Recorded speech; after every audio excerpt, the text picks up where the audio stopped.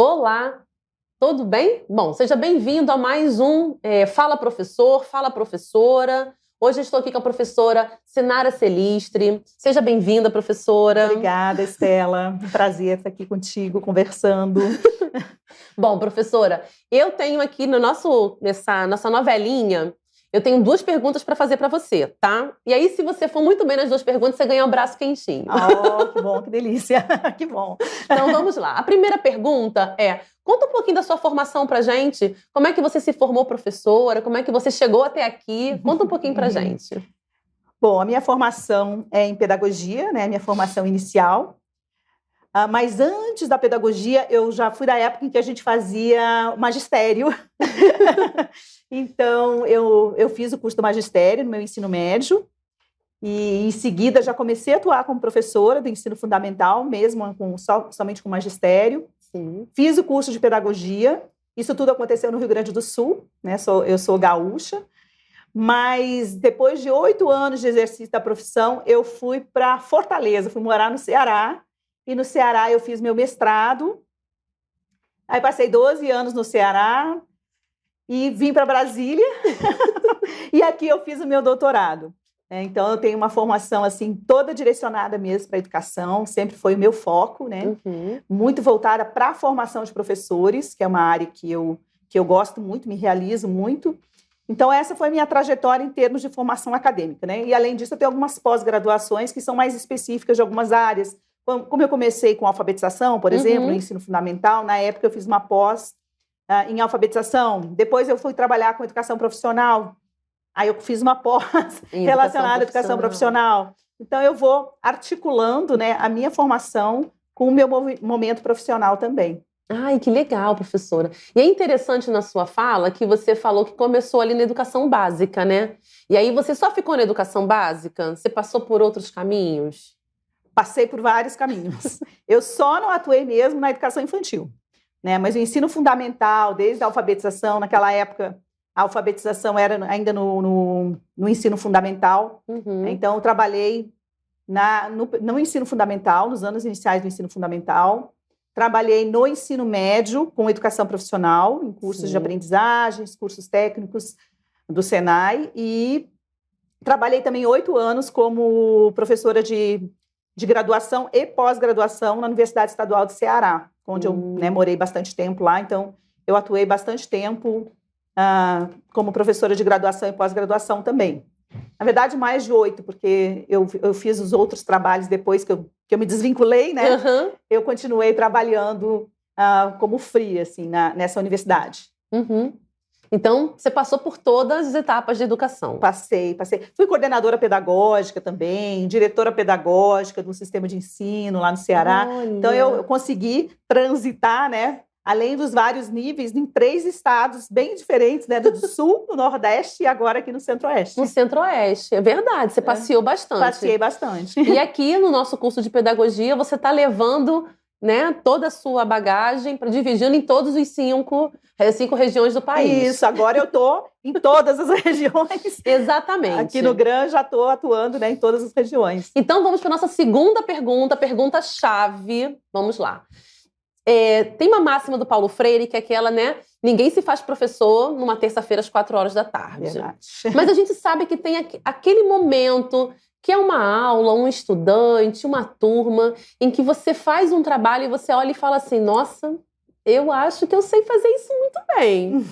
Sabe? Então, Sinara, tem uma turma, uma disciplina, um aluno, alguma coisa que fez que você se imaginasse continuar na educação? Você divide com a gente uma dessas experiências? Divido. Na verdade, eu vou falar em 2. Posso? Por favor, deve. Bom, uma foi assim, bem no início da minha profissão, né, como professora do ensino fundamental, bem jovem ainda, começando a carreira, e era um desafio trabalhar com alfabetização, né? Eu acho que sempre é um desafio trabalhar com alfabetização. E o meu sentimento de realização, quando os meus primeiros alunos começaram a ler, eu fiquei tão feliz de entender que aquilo era possível. Então, eu acho um dos níveis de ensino mais especiais, porque tu consegue ter um resultado tão concreto, né? Aquele sentimento de que alguém que chegou ali, que não dominava, né, o código, o escrito, de repente aquela criança começa a escrever, né, um texto, uma cartinha e ler, é muito emocionante. Então foi um momento assim que me marcou muito, logo nos meus primeiros anos de profissão como professora, e eu me realizei muito, né, nesse momento. Assim, eu lembro até hoje, assim, eu estou falando e estou visualizando alguns dos meus alunos. Dá para ver o brilhinho do seu olho. Naquele momento. Então, isso foi bem marcante. Uma outra situação foi como professora de didática nessa universidade que eu trabalhava no Ceará. Eu estava com uma turma que já estava assim, encerrando, né, o curso, e elas estavam fazendo didática e, ao mesmo tempo, fazendo o estágio.